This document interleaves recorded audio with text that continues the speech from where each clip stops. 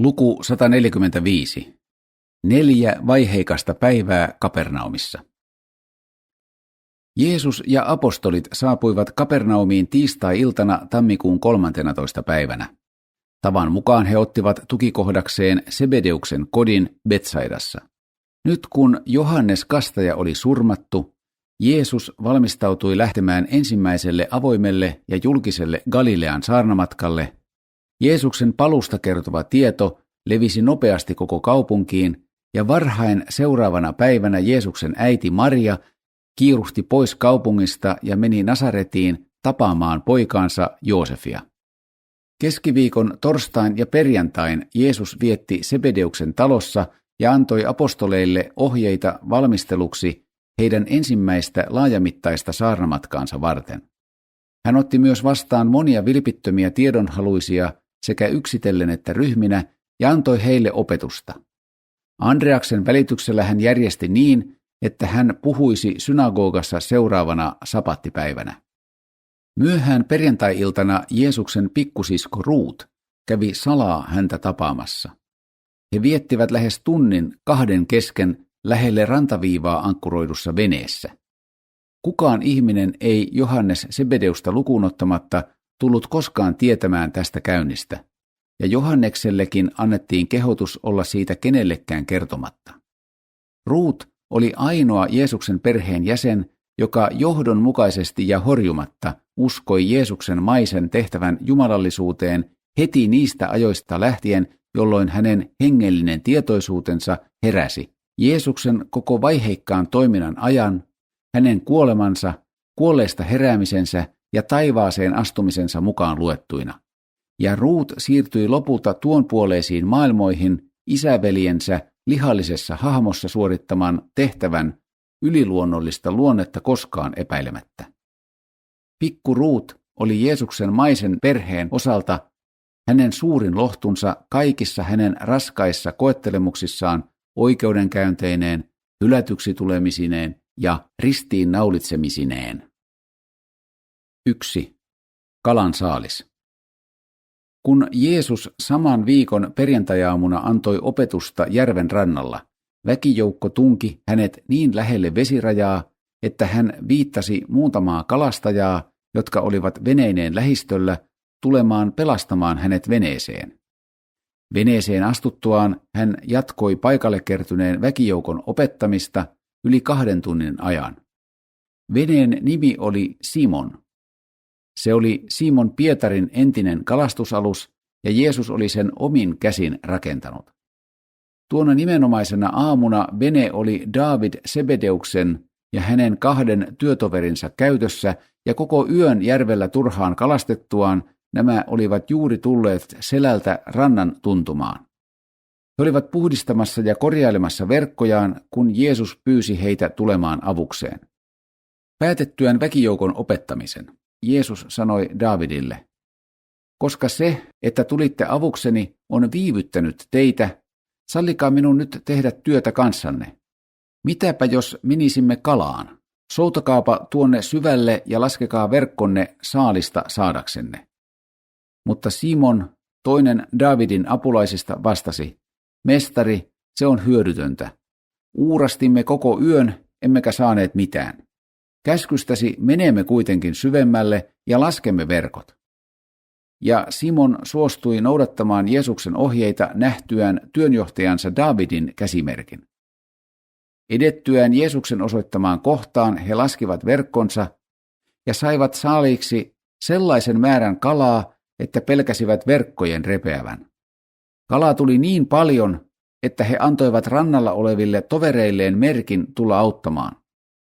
Kun he olivat täyttäneet kaloilla kaikki 3 venettä, miltei uppoamispisteeseen saakka, tämä Simon lankesi Jeesuksen polville ja sanoi: "Mene pois luotani, mestari, sillä olen syntinen mies." Simon ja kaikki tapahtuman silminnäkijät hämmästelivät saaliin määrää.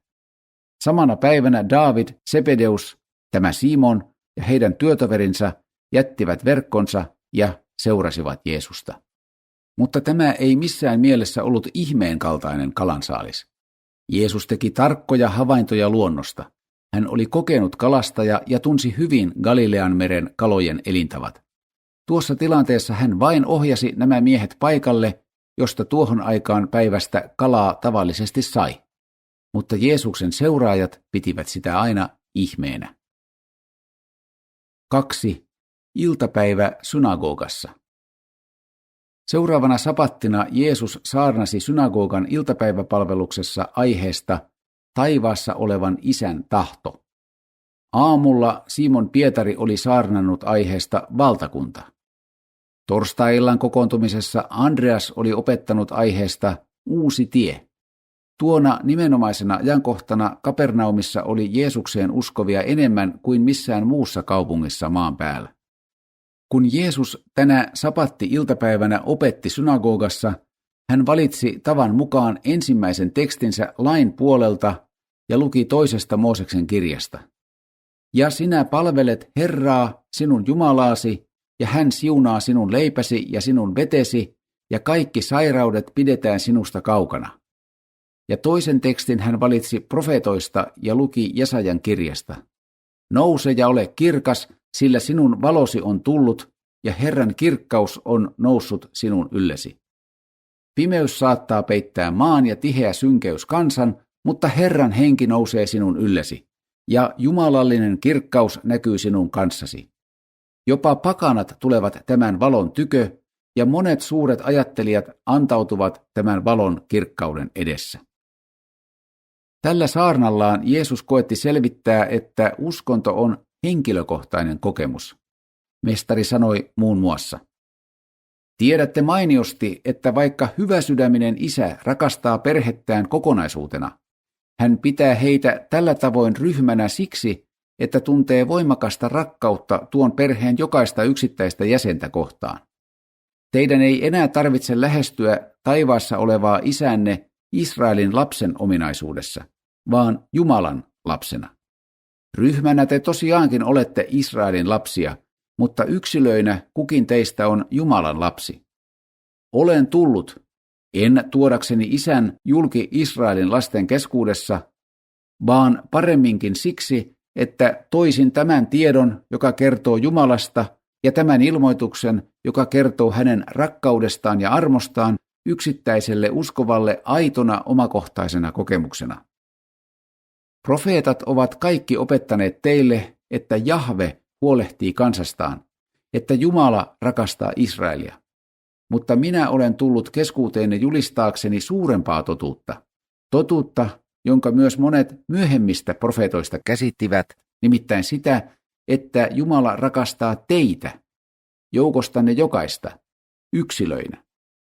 Kaikkien menneiden sukupolvien ajan teillä on ollut kansallinen tai rotukohtainen uskonto, mutta nyt minä olen tullut antamaan teille omakohtaisen uskonnon. Mutta ei tämäkään ole mikään uusi ajatus. Monet joukossanne hengellisesti asennoituneet ovat tienneet tämän totuuden, koska muutamat profeetoista ovat teitä niin opettaneet. Ettekö ole lukeneet pyhistä kirjoituksista kohtaa, jossa profeetta Jeremia sanoo: niinä päivinä ei enää sanota, isät söivät happamia rypäleitä ja lasten hampaat heltyivät. Jokaisen on kuoltava oman syntisyytensä takia. Jokaiselta ihmiseltä, joka syö happamia rypäleitä, heltyvät hänen omat hampaansa. Katso, ne päivät tulevat, jolloin minä teen kansani kanssa uuden liiton, en sellaista liittoa, jonka tein heidän isiensä kanssa, silloin kun toin heidät pois Egyptin maasta, vaan uuden tien mukaisen liiton. Minä kirjoitankin lakini heidän sydämeensä. Minä olen oleva heidän Jumalansa, ja he ovat minun kansani. Sinä päivänä he eivät enää sano ihminen lähimmäiselleen: tunnetko Herran? Ei, sillä he kaikki tuntevat minut henkilökohtaisesti, vähäisimmästä suurimpaan. Ettekö ole lukeneet näitä lupauksia? Ettekö usko kirjoituksiin? Ettekö ymmärrä, että profeetan sanat käyvät toteen siinä, mitä tänä nimenomaisena päivänä näette? Ja eikö Jeremia kehottanut teitä tekemään uskonnosta sydämen asiaa, suhteutumaan Jumalaan yksilöinä? Eikö profeetta sanonut teille, että taivaan Jumala tutkisi yksittäiset sydämenne? Ja eikö teitä varoitettu, että luonnollinen ihmissydän on ennen muuta petollinen ja monet kerrat toivottoman paha? Ettekö ole lukeneet sitäkään kohtaa, jossa Hesekiel jo isillenne opetti, että uskonnosta pitää tulla omakohtaisen kokemuksenne realiteetti? Enää ei teidän pidä käyttää sananlaskua, jossa sanotaan, isät ovat syöneet happamia rypäleitä ja lasten hampaat heltyvät. Niin totta kuin minä elän, sanoo Herra Jumala, katso, kaikki sielut ovat minun, niin kuin on isän sielu, niin on myös pojan sielu. Vain sielun, joka syntiä tekee, vain sen pitää kuolla.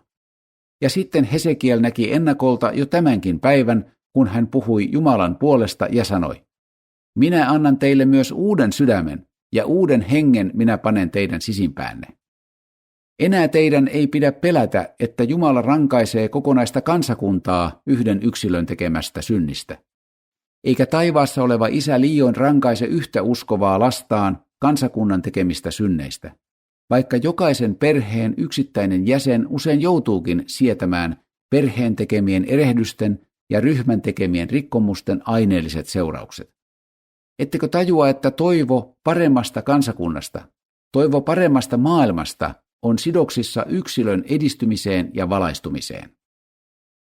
Sen jälkeen mestari toi esiin, että taivaassa oleva Isä, sitten kun ihminen havaitsee tämän hengellisen vapauden, tahtoo maan päällä olevien lastensa aloittavan sen paratiisiin johtavan elämänvaiheen ikuisen nousun, joka on luodun tietoista reagointia sisimmässään olevan hengen jumalalliseen kehotukseen löytää luoja, tuntea Jumala ja pyrkiä tulemaan hänen kaltaisekseen. Apostoleille tästä saarnasta oli paljon apua. Jokainen heistä tajusi entistä täydemmin, että valtakunnan evankeliumi oli yksilölle eikä kansakunnalle suunnattu viesti. Vaikka kapernaumilaiset olivat perillä Jeesuksen opetuksesta, he kuitenkin hämmästyivät hänen saarnaansa tänä sabattipäivänä. Hän todellakin opetti niin kuin opettaa se, jolla on valta, eikä niin kuin kirjanoppineet. Juuri kun Jeesus oli päättänyt puheensa, muuan kuulijakuntaan kuuluva nuori mies, jota Jeesuksen sanat olivat kovasti kiihdyttäneet, sai ankaran epilepsiakohtauksen ja kiljui lujalla äänellä. Kohtauksen lopuksi, kun hän oli palaamassa tajuihinsa, hän puhui uneliassa tilassa ja sanoi, mitä meillä on tekemistä sinun kanssasi, Jeesus Nasaretilainen? Sinä olet Jumalan pyhä, oletko tullut tuhoamaan meidät? Jeesus pyysi väkeä hiljenemään, otti nuorta miestä kädestä ja sanoi, virkoa, ja tämä tointui heti. Tämä nuori mies ei ollut saastaisen hengen tai riivaajan vallassa. Hän oli tavallisen epilepsian uhri. Mutta hänelle oli opetettu hänen vaivansa johtuvan siitä, että hän oli pahan hengen vallassa. Hän uskoi tähän opetukseen ja käyttäytyi sen mukaisesti kaikessa, mitä hän ajatteli tai sanoi sairaudestaan. Kaikki ihmiset uskoivat, että tällaisten ilmiöiden välittömänä syynä oli saastaisten henkien vaikutus. Niinpä he uskoivat Jeesuksen ajaneen riivaajan ulos tästä miehestä. Mutta Jeesus ei tällä kertaa parantanut miehen epilepsiaa. Varsinaisesti tämä mies parani vasta myöhemmin auringonlaskun jälkeen samana päivänä. Kauan helluntaipäivän jälkeen apostoli Johannes, joka viimeisenä kirjoitti Jeesuksen tekemisistä, karttoi kaikkea viittaamista näihin niin kutsuttuihin paholaisten karkottamisiin, ja hän menetteli näin siksi, ettei tällaisia tapauksia, jolloin joku oli riivaajan vallassa, enää koskaan helluntain jälkeen esiintynyt. Tämän arkipäiväisen tapahtuman seurauksena koko Kapernaumin kaupunkiin levisi nopeasti tieto, jonka mukaan Jeesus oli ajanut riivaajan ulos eräästä miehestä ja ihmettekona parantanut tämän synagogassa iltapäiväsaarnansa päätteeksi. Sapatti oli otollista aikaa tällaisen hätkähdyttävän huhupuheen nopealle ja tehokkaalle leviämiselle. Tieto kantautui myös kaikkiin Kapernaumin ympäristön pienempiin taajamiin, ja monet ihmiset uskoivat siihen. Ruuanlaitosta ja taloustöistä siinä suuressa Sebedeusten talossa, jota Jeesus ja 12 apostolia käyttivät tukipisteenään, huolehtivat etupäässä Simon Pietarin vaimo ja anoppi. Pietarin koti oli lähellä Sebedeuksen kotia, ja synagogasta palatessaan Jeesus ja hänen ystävänsä pistäytyivät siellä, sillä Pietarin vaimon äiti oli usean päivän ajan ollut vilustunut ja kuumeinen. Nyt sattui suunnilleen samana hetkenä, kun Jeesus seisoi tämän sairaan naisen vierellä häntä kädestä pidellen, hänen otsaansa silittäen ja lohdutuksen ja rohkaisun sanoja lausuen, että kuume lähti hänestä. Jeesus ei ollut vielä ehtinyt selittää apostoleilleen, ettei synagogassa ollut pantu toimeen mitään ihmettä, ja kun tämä tapahtuma oli vielä perin tuoreena ja elävänä heidän mielessään, ja kun he muistivat veden ja viinin Kaanassa, he tarttuivat tähän yhteensattumaan taas uutena ihmeenä, ja jotkut heistä riensivät ulos levittääkseen uutisen kaikkialle kaupunkiin. Pietarin anoppi, Amatta, sairasti malariakuumetta. Tuossa tilanteessa Jeesus ei parantanut häntä ihmeen avulla. Hänen paranemisensa tapahtui vasta useita tunteja myöhemmin, auringonlaskun jälkeen, sen epätavallisen tapahtuman yhteydessä, joka sattui Sebedeuksen kodin etupihalla. Ja nämä tapaukset kuvastavat tyypillisellä tavalla sitä, miten ihmeitä kaipaava sukupolvi ja tunnustekoja odottava kansa vääjäämättä tarttui kaikkiin tällaisiin yhteensattumiin saadakseen siitä tekosyyn julistaa Jeesuksen panneen toimeen taas uuden ihmetteon. 3. Parantaminen auringonlaskun aikaan. Siihen mennessä, kun Jeesus ja hänen apostolinsa olivat valmiit käymään illalliselle tämän vaiheikkaan sapattipäivän lähestyessä loppuaan, koko Kapernaum ympäristöineen oli jo innoissaan näistä huhutuista paranemisihmeistä. Ja kaikki sairaat ja vaivaiset ryhtyivät valmisteluihin hankkiutuakseen Jeesuksen luokse tai päästäkseen sinne ystäviensä kantamana heti, kun aurinko laskisi. Juutalaisen opetuksen mukaan sapatin pyhien tuntien aikana ei ollut luvallista hankkiutua edes parantajan luokse. Heti kun aurinko laski taivaanrannan taakse, 10 kärsivät miehet, naiset ja lapset alkoivat siis taittaa taivalta kohti Sebedeuksen taloa Betsaidassa. Muuan mies lähti matkaan halvaantuneine tyttärinneen heti, kun aurinko laski hänen naapurinsa talon taakse. Kaikki päivän mittaan tapahtunut oli luonut puitteet tälle eriskummalliselle auringonlaskukohtaukselle. Jeesuksen iltapäiväsaarnassaan käyttämä tekstikohta oli jo sekin antanut ymmärtää, että sairaalloisuus tulisi karkotetuksi, ja vielä sellaisella ennen kuulumattomalla voimalla ja arvovallalla, kun hän oli puhunut. Hänen sanomansa oli niin perin vastaansanomatonta. Vetoamatta inhimilliseen arvovaltaan, hän puhui silti suoraan ihmisten omalle tunnolle ja sielulle. Turvautumatta logiikkaan, juridisiin saivarteluihin tai nokkeliin sanakäänteisiin, hän osoitti silti väkevän, suoran, selvän ja henkilökohtaisen vetoomuksen kuulijoidensa sydämelle. Tuo sapatti oli Jeesuksen maisen elämän suuri päivä. Niin, se oli sitä erään universuminkin elämässä. Käytännöllisesti katsoen koko paikallisuniversumin kannalta oli pikkuruinen Kapernaumin juutalaiskaupunki Nebadonin todellinen pääkaupunki. Kourallinen Kapernaumin synagogan juutalaisia eivät olleet ainoat olennot, jotka kuulivat Jeesuksen saarnan suurimerkityksiset loppusanat. Viha on pelon varjo, kosto pelkuruuden naamio. Liioin eivät hänen kuulijansa voineet unohtaa hänen siunattuja sanojaan, jotka kuuluttivat: ihminen on Jumalan poika, hän ei ole perkeleen lapsi. Pian auringonlaskun jälkeen, kun Jeesus ja apostolit vielä viipyivät illallispöydässä, Pietarin vaimo kuuli ääniä etupihalta ja mennessään ovelle hän huomasi, että sinne kokoontui suuri joukko sairaita, ja hän näki, että Kapernaumista tuleva tie oli tungokseen asti täynnä niitä, jotka olivat matkalla etsimään parannusta Jeesuksen käsissä.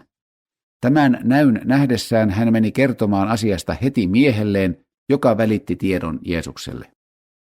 Kun mestari astui ulos Sebedeuksen talon etuovesta, hänen katseensa kohtasi loputtomasti sairauden runtelemia ja kärsiviä ihmisiä. Hän katseli lähes 1000 sairasta ja potevaa ihmisolentoa, ainakin sen verran heitä oli kerääntynyt yhteen hänen eteensä. Kaikki paikalla olijat eivät kuitenkaan olleet sairaita, sillä toiset olivat tulleet auttamaan rakkaitaan näiden pyrkiessä saamaan parannuksen vaivoihinsa. Näiden kipujen kanssa kamppailevien kuolevaisten, miesten, naisten ja lasten, näkeminen, jotka suurelta osin kärsivät siksi, että hänen omat luotetut universumihallinnon poikansa olivat tehneet virheitä ja rikkomuksia, kosketti Jeesuksen ihmissydäntä aivan erityisellä tavalla ja vaati tätä hyväntahtoista luojapoikaa osoittamaan jumalallista armoa. Mutta Jeesus tiesi hyvin, ettei hän koskaan voisi rakentaa kestävää hengellistä liikettä puhtaasti aineellisten ihmetekojen varaan. Hän oli johdonmukaisesti noudattanut sellaista toimintaperiaatetta, että hän pidättyi tuomasta esille luojan etuoikeuksiaan. Kaanan jälkeen hänen opetukseensa ei ollut liittynyt mitään yliluonnollista tai tunnusteollista. Ja kuitenkin tämä kärsivä väkijoukko kosketti hänen myötätuntoista sydäntään ja vetosi voimallisesti hänen ymmärtäväiseen kiintymykseensä. Etupihalta kuului huuto. Mestari, lausu sana! Tee meidät taas terveiksi! Paranna tautimme ja pelasta sielumme! Nämä sanat oli tuskin lausuttu, kun tämän universumin ruumiillistuneen luojan lähellä aina palveluvalmiina ollut serafien, fyysisten valvojien, elämänkantajien ja keskiväliolentojen valtava seurue valmistautui toimimaan ja käyttämään luovaa voimaa siinä tapauksessa, että heidän hallitsijansa antaisi merkin. Tämä oli yksi niistä Jeesuksen maisen elämänvaiheen hetkistä, jolloin jumalallinen viisaus ja inhimillinen sääli kietoutuivat ihmisen pojan päätöksenteossa siinä määrin toisiinsa, että hän näki ainoaksi ratkaisukeinoksi vedota Isän tahtoon. Kun Pietari pyytämällä pyysi mestaria kuulemaan heidän avunhuutonsa, niin Jeesus kärsivää väkijoukkoa silmäten vastasi, olen tullut tähän maailmaan tuodakseni julki Isän ja perustaakseni hänen valtakuntansa.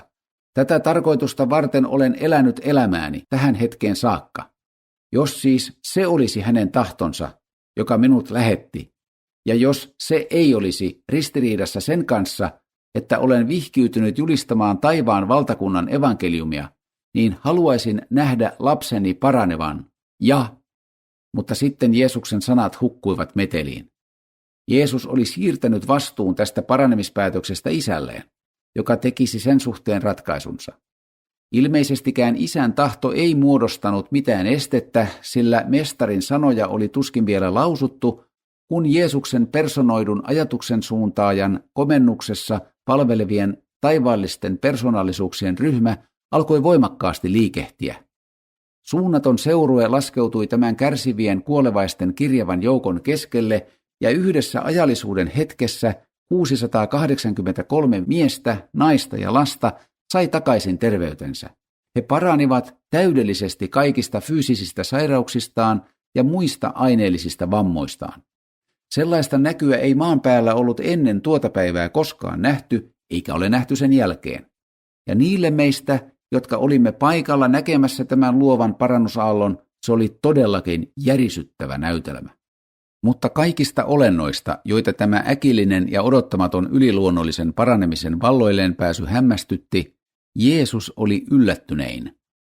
Hetkenä, jolloin hänen inhimillinen mielenkiintonsa ja myötätuntonsa suuntautuivat hänen edessään avautuvaan kärsimyksestä ja tuskasta kertovaan näkymään, hän ei jaksanut pitää ihmismielessään personoidun suuntaajansa antamia varoituksia siitä, että tietyissä tilanteissa ja joissakin olosuhteissa olisi mahdotonta rajoittaa luojan oikeuksiin kuuluvaa aikatekijää. Jeesus halusi nähdä näiden kärsivien kuolevaisten paranevan, ellei hänen isänsä tahtoa sillä keinoin loukattaisi. Jeesuksen personoitu suuntaaja teki silmän räpäyksessä päätöksen, jonka mukaan sellainen luovaa energiaa tarvitseva teko ei siinä tilanteessa olisi rikkomus paratiisin isän tahtoa vastaan, ja kyseisen päätöksen perusteella, Jeesuksen aiemmin ilmaiseman parantamishalun huomioon ottaen, luova teko oli tapahtunut tosiasia. Mitä luojapoika haluaa ja hänen isänsä tahtoo, se on. Jeesuksen koko myöhemmän maisen elämän aikana ei toista tällaista joukkomittaista kuolevaisten fyysistä parantamista enää tapahtunut. Kuten odottaa saattoi, huhu tästä Kapernaumin Betsaidassa auringonlaskun aikaan tapahtuneesta paranemisesta levisi Galilean ja Juudean joka kolkkaan, ja niiden rajojen ulkopuolellekin. Taas kerran Herodeksen pelot heräsivät, ja hän lähetti urkkijoita toimittamaan hänelle tietoa Jeesuksen toiminnasta ja opetuksista ja ottamaan selville, oliko tämä entinen nasaretilaispuuseppä vaiko kuolleista noussut Johannes Kastaja. Etupäässä tästä tahattomasta fyysisen parantamiskyvyn julkitulosta johtui, että Jeesuksesta tuli koko maan päällä viettämänsä elämänvaiheen loppuajaksi tämän jälkeen yhtä paljon lääkäri kuin julistaja. On totta, että hän jatkoi opetustyötään, mutta hänen henkilökohtainen työnsä oli enimmäkseen sairaiden ja ahdingossa olevien hoivaamista, kun hänen apostolinsa puolestaan huolehtivat julkisesta saarnaamisesta ja uskovien kastamisesta. Mutta valtaosa niistä, jotka pääsivät osallisiksi tästä auringonlaskun aikaan suoritetusta jumalallisen energian esille tuonnissa annetusta yliluonnollisesta eli luovasta fyysisestä paranemisesta, ei saanut tästä epätavallisesta armeliaisuuden osoituksesta pysyvää hengellistä hyötyä. Pienelle joukolle tämä fyysinen hoivatoimi muodostui todelliseksi kohennukseksi, mutta hengellistä valtakuntaa tämä ajattoman luovan parantamisen hämmästyttävä purkaus ei ihmissydämissä edistänyt. Jeesuksen maan päällä suorittamaan tehtävään aika ajoin liittyneet parantamisihmeet eivät kuuluneet suunnitelmaan, jonka mukaan hän julisti valtakuntaa. Ne kuuluivat vain sattumoisin siihen, että maan päällä vaikutti jumalallinen olento, jolla oli lähes rajattomat luojan oikeudet, ja näihin oikeuksiin vielä liittyi ennen näkemätön yhdistelmä jumalallista laupeutta ja inhimillistä myötätuntoa. Mutta tällaiset niin kutsutut ihmeet aiheuttivat Jeesukselle paljon harmia sikäli, että niiden mukana tuli ennakkoluuloja herättävää julkisuutta ja että niistä aiheutui runsaasti ei-kaivattua kuuluisuutta. 4. Saman päivän iltana. Koko tätä joukkomittaista paranemista seuranneen illan ajan riemuitseva ja onnellinen väkijoukko piti hallussaan Sebedeuksen taloa, ja Jeesuksen apostolit olivat hekin virittäytyneet tunneperäisen innostuksen korkeimmalle tasolle. Inhimilliseltä kannalta tämä oli kenties suurin niistä suurista päivistä, jotka he olivat yhdessä Jeesuksen kanssa. Koskaan ennen tätä hetkeä tai koskaan sen jälkeen heidän toiveensa eivät kohonneet samanlaisen luottavaisen odotuksen korkeuksiin. Jeesus oli vain muutamaa päivää aikaisemmin heidän vielä Samarian rajojen sisäpuolella ollessaan sanonut heille, että se hetki oli koittanut, jolloin valtakunta julistettaisiin voimassa. Ja nyt heidän silmänsä olivat nähneet jotakin, jonka he olettivat olevan tuon lupauksen täyttymys. Heitä värisytti se, mitä he mielensä silmin näkivät tulevaksi, jos tämä hämmästyttävä parantavan voiman osoitus olikin vasta alku. Heissä kyteneet Jeesuksen jumalallisuuteen kohdistuneet epäilykset kaikkosivat. He kirjaimellisesti humaltuivat hämmentyneen lumoutumisensa luomasta hurmiosta. Mutta kun he etsivät Jeesusta, he eivät kyenneet löytämään häntä. Mestari oli tapahtuneesta hyvin huolissaan. Nämä erilaisista taudeista parantuneet miehet, naiset ja lapset viipyivät paikalla myöhäiseen iltaan saakka toivoessaan Jeesuksen vielä palaavan, jotta he voisivat kiittää häntä. Apostolien ymmärtämys Jeesuksen käyttäytymistä kohtaan väheni sitä mukaan, kun tunnit kuluivat, ja hän edelleenkin pysytteli omissa oloissaan. Heidän ilonsa olisi ollut täysimääräistä ja täydellistä, ellei hän olisi yhä pysytellyt poissa. Kun Jeesus sitten palasi heidän pariinsa, oli jo myöhä, ja lähes kaikki paranemistapahtumasta osallisiksi päässeet olivat palanneet koteihinsa. Jeesus torjui 12 apostolin ja muiden paikalle jääneiden ja hänen tapaamistaan odottaneiden onnittelut ja jumaloinnin ja sanoi vain, älkää riemuitko siitä, että isälläni on voima parantaa ruumis, vaan iloitkaa mieluummin siitä, että hänellä on mahti pelastaa sielu. Menkäämme levolle, sillä huomenna meidän on oltava toimittamassa isän asioita. Ja taas kerran kävi levolle 12 pettynyttä, neuvotonta ja sydämessään murheellista miestä. Ja sinä yönä ei heistä kaksosia lukuun ottamatta monikaan paljon nukkunut. Heti kun mestari teki jotakin, joka rohkaisi hänen apostoliensa sielua ja ilahdutti heidän sydäntään, hän näytti saman tien lyövän heidän toiveensa pirstaleiksi, ja vievän kaiken pohjan heidän rohkeudeltaan ja innostukseltaan. Kun nämä hämmentyneet kalastajat katsoivat toisiaan silmiin, niissä oli vain yksi ajatus. Me emme häntä kykene ymmärtämään.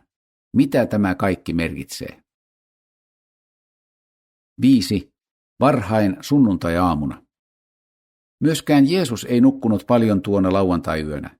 Hän tajusi, että maailma oli täynnään fyysistä ahdistusta ja tulvillaan aineellisia vaikeuksia, ja hän pohdiskeli sitä suurta vaaraa, että hänen olisi pakko uhrata niin paljon aikaansa sairaiden ja kärsivien hoitamiseen, että hänen tehtävänsä, joka oli hengellisen valtakunnan perustaminen ihmisten sydämeen, kärsisi fyysisten asioiden hoitamisesta tai että se joutuisi sen suhteen alisteiseen asemaan.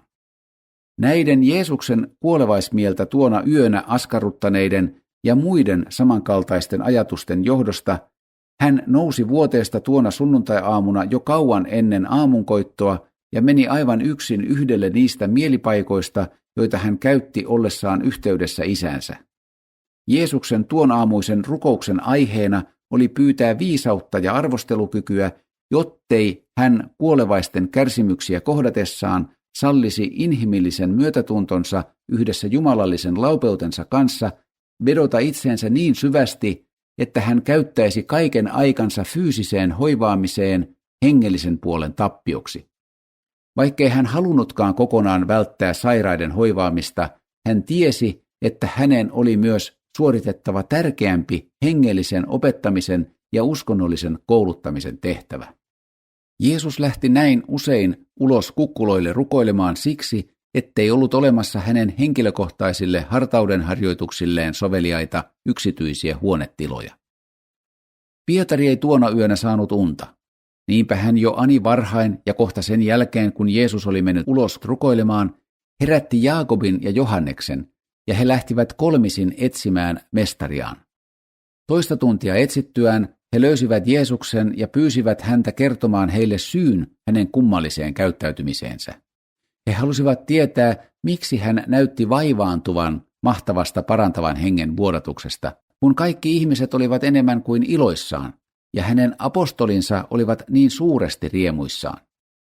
Yli 4 tunnin ajan Jeesus koetti selittää näille 3 apostolille, mitä oli tapahtunut. Hän jakoi heille tietoa siitä, mitä oli sattunut, ja selitti tällaisten manifestaatioiden vaarat. Jeesus kertoi heille syyn siihen, miksi hän lähti rukoilemaan. Hän koetti selvittää henkilökohtaisille tovereilleen todelliset syyt siihen, miksei isän valtakuntaa voinut rakentaa ihmettekojen ja fyysisen parantamisen varaan, mutta he eivät kyenneet käsittämään hänen opetustaan. Sillä välin, varhain sunnuntajaamuna, Sebedeuksen talon liepeille alkoi kerääntyä kärsivistä sieluista ja monista kuriositeettien metsästäjistä koostuvia väkijoukkoja.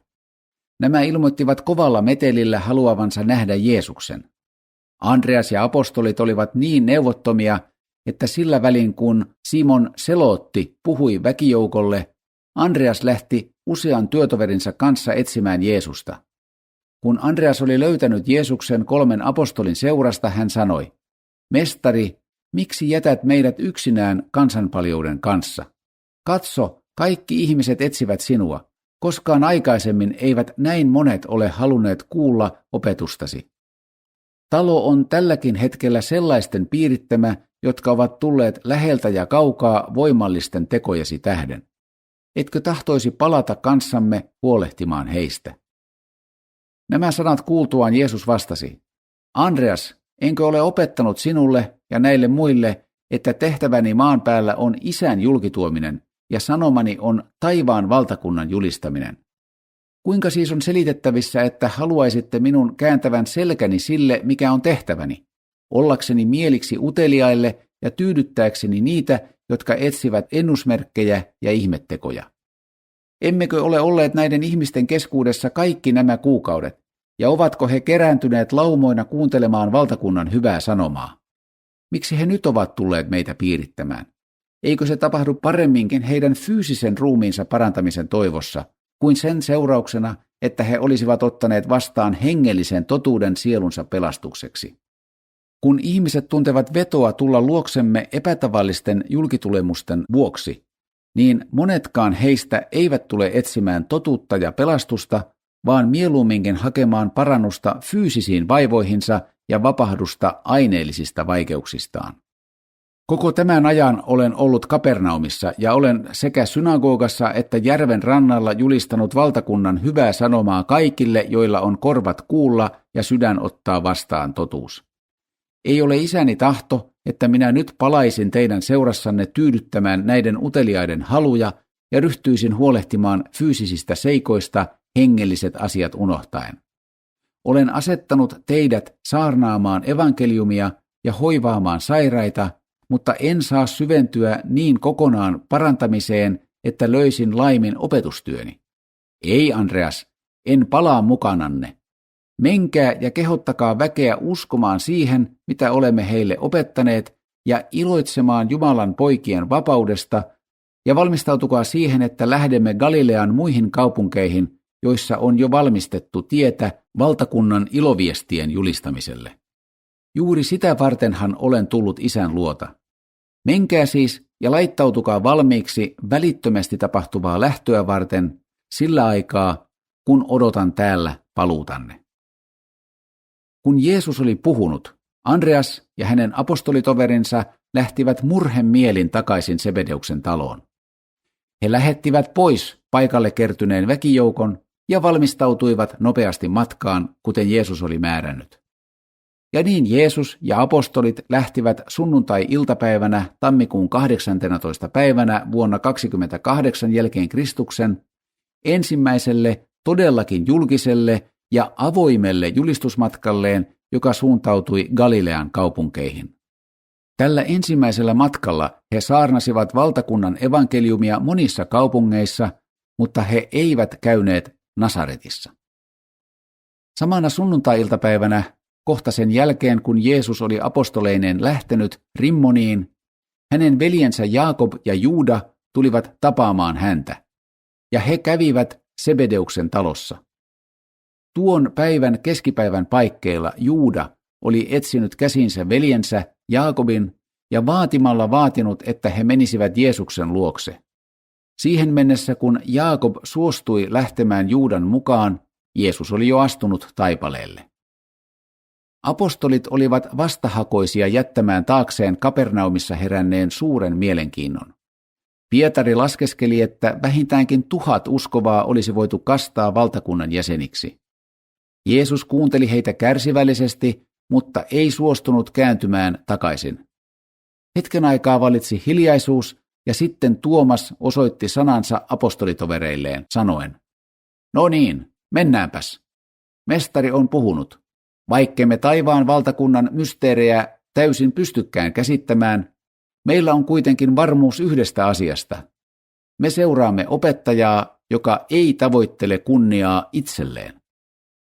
Ja vastahakoisesti he lähtivät julistamaan hyvää sanomaa Galilean kaupungeissa.